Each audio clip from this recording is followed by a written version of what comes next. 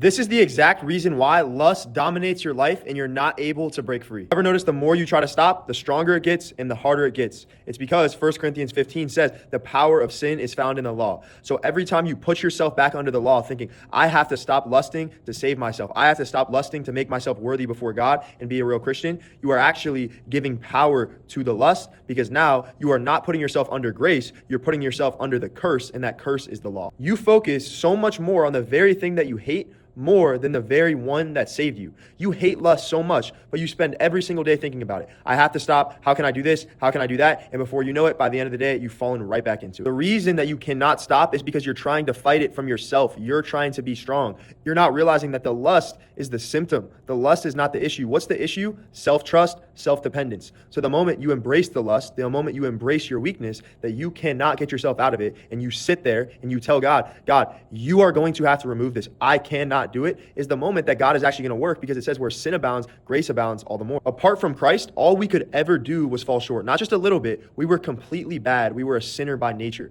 So this is why you are so disencouraged. You're a sinner, someone that was dead, literally had no life at all, trying to produce life, trying to produce something you're not capable of producing. Jesus did not die to just forgive your lust. He died to crucify your old nature. This is why it says we are new creatures, 2 Corinthians 5:17. The old is gone and the new is here. We're dead to the power of sin and alive in God, Romans 6:11. It is no longer us living, but Christ in us. We were raised in righteousness. So the problem is not the lust. The problem is your lack of belief in who God has made you through Christ. You don't fight lust by staring at it and forcing yourself to stop. That will work for a couple of weeks, but you always fall back. You fight lust by not identifying with it. I may feel lustful, but that's not me anymore. It's no longer I who do it, but the sin that dwells within, Romans 7:17. So I'm going to throw away my thoughts and my feelings, and I'm going to align myself with who God says I am, and that's righteous. And when I believe I'm righteous, I'm going to produce righteous action. The battle is not how do I stop lusting or I need to stop lusting. The battle is how do I forsake my whole self and come to the end of myself and realize I can't do it, and forsake my whole being, and then align myself with God and accept the righteousness that Jesus imputed onto me.